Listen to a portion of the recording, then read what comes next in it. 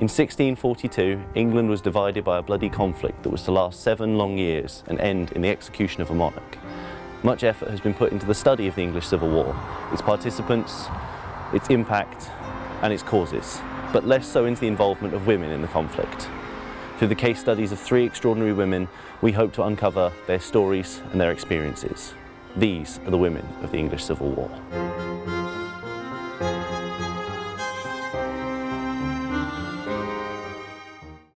In episode 1, we looked at the life and military exploits of Queen Henrietta Maria, but she was not the only woman to offer loyal and active support to the men in her life.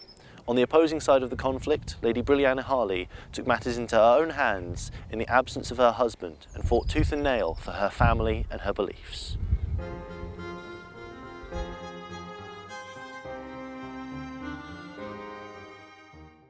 Harley was clearly a woman devoted not only to her family but also to her cause. Fortunately for us, Harley was a prolific letter writer, and the correspondence she penned lets us develop a picture of her exploits in the Civil War. Many of her letters would appear to the casual observer to be unimportant or even meaningless nonsense. That's because they were written in a primitive form of code called steganography, which required both recipient and sender to use the right overlay with holes cut into it, which when placed on top of the letter would reveal the meaningful text within. What these letters reveal is that for Harley the war started off as a relatively unobtrusive affair. Much like many other women, she was left to look after the home while her husband and sons went off to fight.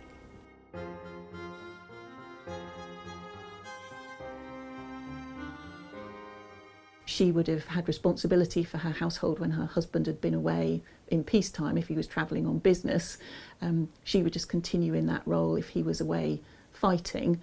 But obviously she would have considerably more responsibility perhaps because the decisions that she's then making have much bigger ramifications than just the day-to-day running of the estate in peacetime. The ties between the Harleys and Parliament quickly led to failing relations with their neighbours, opening up fissures which had existed between the local families for generations. On the 28th of January, Harley wrote to her son, "My dear Ned, I know it will grieve you to know how I am used. It is with all the malice that can be. They have forbid my rents to be paid. They draw away the young horses at Wigmore, and none of my servants dare go search as far as the town.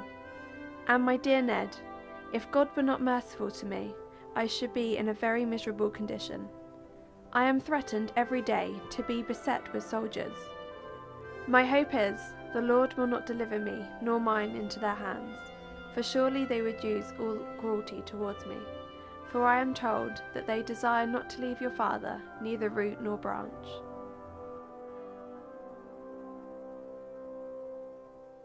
These heartfelt words reveal the fears and concerns of a woman beset by the horrors of war within her own home.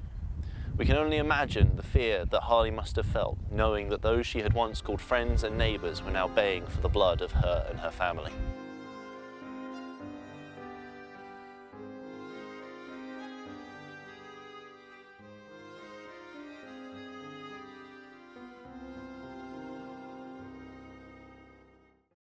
The culmination of these local tensions came on the 26th of July 1643, when the Harleys' home, Brampton Bryan, was besieged by Royalist forces. This was the case for many fortified homes across the country, including here at Nunney Castle. Harley had no choice but to resist and petition for her freedom. She wrote to the king insisting that her and her family were loyal subjects and that the siege was unjust. However, Harley's own account of events and her private letters paint a slightly different picture. Throughout her ordeal, she maintained correspondence with her son and her husband, seeking advice and assistance wherever it presented itself. But most importantly, these letters make it abundantly clear that all the while, Brilliana was secretly offering aid to the parliamentarian army, mainly in the form of money, horses and shelter. Eventually her efforts paid off.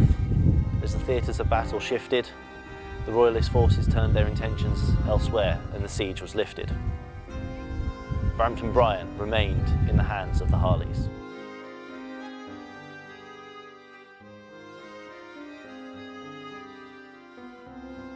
It is difficult to know what exactly motivated Harley to go to these impressive lengths.